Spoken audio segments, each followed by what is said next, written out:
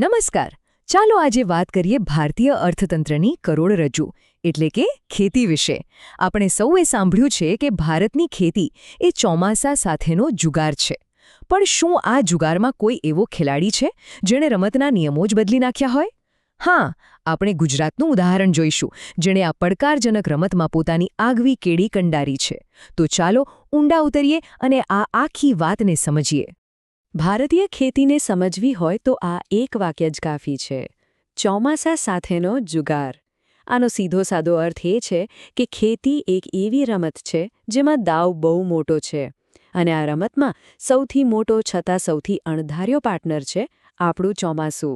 વરસાદ કેવો રહેશે, ક્યારે આવશે, બસ એના પર જ મોટાભાગના પાકનું ભવિષ્ય ટકેલું છે. અને આ જુગાર કોઈ નાની સૂની વાત નથી. એ કેટલા મોટા પાયે રમાઈ રહ્યો છે એનો અંદાજો આ આંકડા પરથી લગાવી શકાય છે. ભારતની લગભગ 54% વસ્તી એટલે કે દેશના અડધાથી પણ વધારે લોકો પોતાની રોજીરોટી માટે પ્રત્યક્ષ કે પરોક્ષ રીતે ખેતી પર જ નિર્ભર છે. આ ખાલી એક આંકડો નથી, આ તો કરોડો પરિવારોની કહાણી છે. પણ અહીં સવાલ એ ઊભો થાય છે કે શું આટલી મોટી વસ્તીને પૂરતું વળતર મળી રહ્યું છે? અને જુઓ, અહીંયા જ એક મોટો આર્થિક પેચ સામે આવે છે. દેશની અડધાથી વધુ વસ્તી ખેતીમાં જોડાયેલી છે, પણ દેશની કુલ જીડીપી એટલે કે ગ્રોસ ડોમેસ્ટિક પ્રોડક્ટમાં ખેતીનો હિસ્સો માંડ 18% જેટલો જ છે. આ સ્પષ્ટપણે દેખાડે છે કે આ ક્ષેત્રમાં કામ કરનારા લોકોની સંખ્યા અને તેમાંથી થતી રાષ્ટ્રીય આવક વચ્ચે કેટલી મોટી અસમાનતા છે. તો આ જ આપણી ચર્ચાનો કેન્દ્રબિંદુ છે. એક તરફ કરોડો લોકોની આજીવિકા છે અને બીજી બાજુ કુદરતની અનિશ્ચિતતા અને સરખામણીમાં ઓછું આર્થિક વળતર.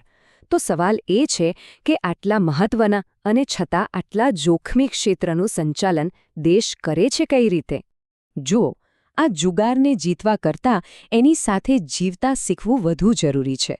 અને એનો સૌથી સારો રસ્તો છે કુદરતના તાલ સાથે તાલ મિલાવવો. ભારતના ખેડૂતોએ સદીઓથી ઋતુઓના આ ચક્રને બરાબર સમજ્યું છે અને એ પ્રમાણે પોતાની ખેતી પદ્ધતિઓ ઘડી છે. ચાલો આ 3 મુખ્ય ખેતીની ઋતુઓને જરા નજીકથી જોઈએ. ભારતનું આખું ખેતીનું કેલેન્ડર મુખ્યત્વે આ 3 ઋતુઓમાં વહેંચાયેલું છે.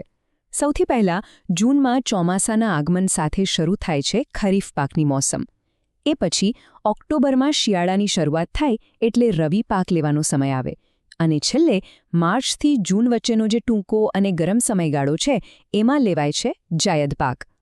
હવે અહીંયા જે ખરેખર સમજવા જેવી વાત છે એ દરેક ઋતુની પોતાની આગવી ઓળખ છે. ખરીફ પાક જેમ કે ચોખા, કપાસ અને મગફળી એ લગભગ પૂરેપૂરા વરસાદના પાણી પર જ નભે છે. બીજી બાજુ રવિ પાક જેમ કે ઘઉં અને જીરું એને ઠંડુ અને સૂકું વાતાવરણ માફત આવે છે અને એ સિંચાઈની મદદથી ઉગાડાય છે. અને જાયદ પાક જેમ કે તરબૂચ અને શાકભાજી એ તો ઉનાળાના મહેમાન છે જે સંપૂર્ણપણે સિંચાઈ પર જ આધાર રાખે છે. સારું, તો હવે આખા દેશની વાત પરથી થોડું ઝૂમ ઇન કરીએ અને સીધા આવીએ ગુજરાત પર. કારણ કે ગુજરાતે ખેતીમાં અને ખાસ કરીને ઊંચું વળતર આપતા રોકડિયા પાકોના ઉત્પાદનમાં પોતાની એક અલગ જ ઓળખ ઊભી કરી છે. અને આ કોઈ નાની સૂની સિદ્ધિ નથી. જ્યારે દેશનો મોટો હિસ્સો હજુ પણ ચોમાસાની અનિયમિતતા સામે ઝઝૂમી રહ્યો છે, ત્યારે ગુજરાતે પોતાના આયોજન અને સૂઝબૂઝથી રોકડિયા પાકોમાં એવી મહારત હાંસલ કરી છે જે રાજ્યના ખેડૂતોને આર્થિક રીતે વધુ સ્થિર બનાવે છે. તો એ કયા પાકો છે જેમાં ગુજરાત અવ્વલ છે? આ રહ્યા 3 મુખ્ય ખેલાડીઓ: કપાસ, મગફળી અને દિવેલા. આ ત્રણેય પાક માત્ર ગુજરાત માટે જ નહીં પણ આખા દેશની અર્થવ્યવસ્થા માટે બહુ જ મહત્વના છે. અને ગુજરાત આ ત્રણેયના ઉત્પાદનમાં દેશને લીડ કરે છે. ગુજરાતનું પ્રભુત્વ કેટલું જબરદસ્ત છે સમજવા માટે ફક્ત એરંડાના ઉત્પાદનનો આંકડો જ પૂરતો છે.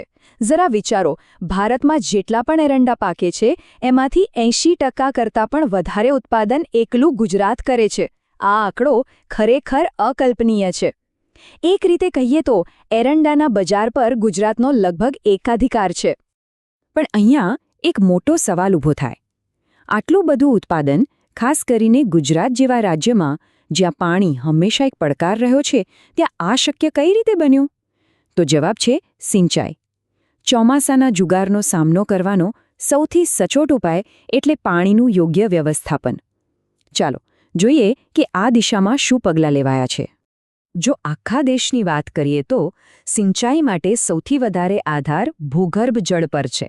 લગભગ 62% સિંચાઈ કૂવા અને ટ્યુબવેલ દ્વારા થાય છે. એ પછી લગભગ 25% હિસ્સો નહેરોનો આવે છે. આ આંકડાએ બતાવે છે કે પાણીનું સંચાલન એટલે માત્ર નદીઓનું પાણી વાળવું જ નહીં, પણ જમીનની નીચે રહેલા પાણીનું પણ ધ્યાન રાખવું પડે, જે પોતે એક મોટો પડકાર છે. હવે જ્યાં દેશનો મોટો ભાગ ભૂગર્ભ જળ પર નિર્ભર છે, ત્યાં ગુજરાતે પાણીના પડકારનો સામનો કરવા એક અલગ જ રસ્તો અપનાવ્યો. અને એ રસ્તો હતો મોટા પાયાના, મહત્વાકાંક્ષી અને ઇજનેરી કૌશલ્યથી ભરપૂર જળ વ્યવસ્થાપન પ્રોજેક્ટ્સનો. આ છે ગુજરાતની 3 મુખ્ય જળ જીવાદોરીઓ. સરદાર સરોવર, જે રાજ્યના મોટા ભાગના વિસ્તારોની પાણીની જરૂરિયાત પૂરી કરે છે. પછી આવે છે સૌની યોજના, જે એક એન્જિનિયરિંગનો કમાલ છે. એ પાઇપલાઇનના વિશાળ નેટવર્ક દ્વારા સૌરાષ્ટ્રના સૂકા વિસ્તારો સુધી નર્મદાનું પાણી પહોંચાડે છે. અને ત્રીજું છે સુજલામ સુફલામ, જે ઉત્તર ગુજરાતમાં ભૂગર્ભ જળના સ્તરને ઊંચું લાવવાનું કામ કરે છે. આ યોજનાઓ જ ગુજરાતની ખેતીની સફળતાનો પાયો છે. તો આપણે સિંચાઈ અને પાણીના વ્યવસ્થાપનની વાત કરી, પણ એની સાથે સાથે કેટલીક ક્રાંતિકારી સરકારી નીતિઓ અને વૈજ્ઞાનિક સફળતાઓએ પણ આધુનિક ભારતીય ખેતીને એક નવો ચહેરો આપ્યો છે. ચાલો હવે એના પર એક નજર કરીએ. આમાં સૌથી મહત્વની નીતિ એટલે MSP, એટલે કે લઘુત્તમ ટેકાના ભાવ. આને ખેડૂતો માટે એક પ્રકારની આર્થિક સુરક્ષા કવચ કહી શકાય. સરકાર પાકની વાવણી થાય એ પહેલાં જ એક ભાવ નક્કી કરી દે છે. પછી ભલે બજારમાં ભાવ ગમે તેટલા નીચે જાય, સરકાર ખેડૂતો પાસેથી એ નક્કી કરેલા ભાવે જ પાક ખરીદવાની ખાતરી આપે છે. આનાથી ખેડૂતોને મોટા નુકસાન સામે રક્ષણ મળે છે. હવે આ MSP નક્કી કરવાની પણ એક ચોક્કસ પ્રક્રિયા છે. CACP નામની એક સંસ્થા પાકના ઉત્પાદન ખર્ચ અને બીજા બધા પરિબળોનો અભ્યાસ કરીને સરકારને ભાવની ભલામણ કરે છે. અને એ પછી વડાપ્રધાનની અધ્યક્ષતામાં જે સમિતિ હોય છે તે એના પર અંતિમ નિર્ણય લે છે. જો કે આ ઉત્પાદન ખર્ચ કઈ રીતે ગણવો એ પદ્ધતિ ઘણીવાર ચર્ચા અને વિવાદનો વિષય પણ બનતી રહે છે. આ નીતિઓ તો ખરી જ, પણ સાથે સાથે ભારતે સમયાંતરે ઘણી બધી કૃષિ ક્રાંતિઓ પણ જોઈ છે. હરિયાળી ક્રાંતિએ આપણને ઘઉં અને ચોખામાં આત્મનિર્ભર બનાવ્યા. શ્વેત ક્રાંતિએ દૂધ ઉત્પાદનમાં આપણને દુનિયામાં નંબર 1 બનાવી દીધા. એવી જ રીતે માછલી ઉત્પાદન માટે ભૂરી ક્રાંતિ, તેલીબિયા માટે પીળી ક્રાંતિ અને બટાકાના ઉત્પાદનમાં ધરખમ વધારા માટે ગોળ ક્રાંતિ થઈ. આ દરેક ક્રાંતિએ ભારતીય ખેતીનો નકશો જ બદલી નાખ્યો છે. આપણે વાતની શરૂઆત ચોમાસાના જુગારથી કરી હતી. આજે ક્લાઇમેટ ચેન્જને કારણે આ જુગાર દિવસેને દિવસે વધુ જોખમી અને અણધાર્યો બનતો જાય છે. તો અંતમાં એક વિચારવા જેવો સવાલ એ છે કે ભવિષ્યના આ ગંભીર પડકારોનો સામનો કરવા માટે ભારતની આગામી કૃષિ ક્રાંતિ કેવી હશે?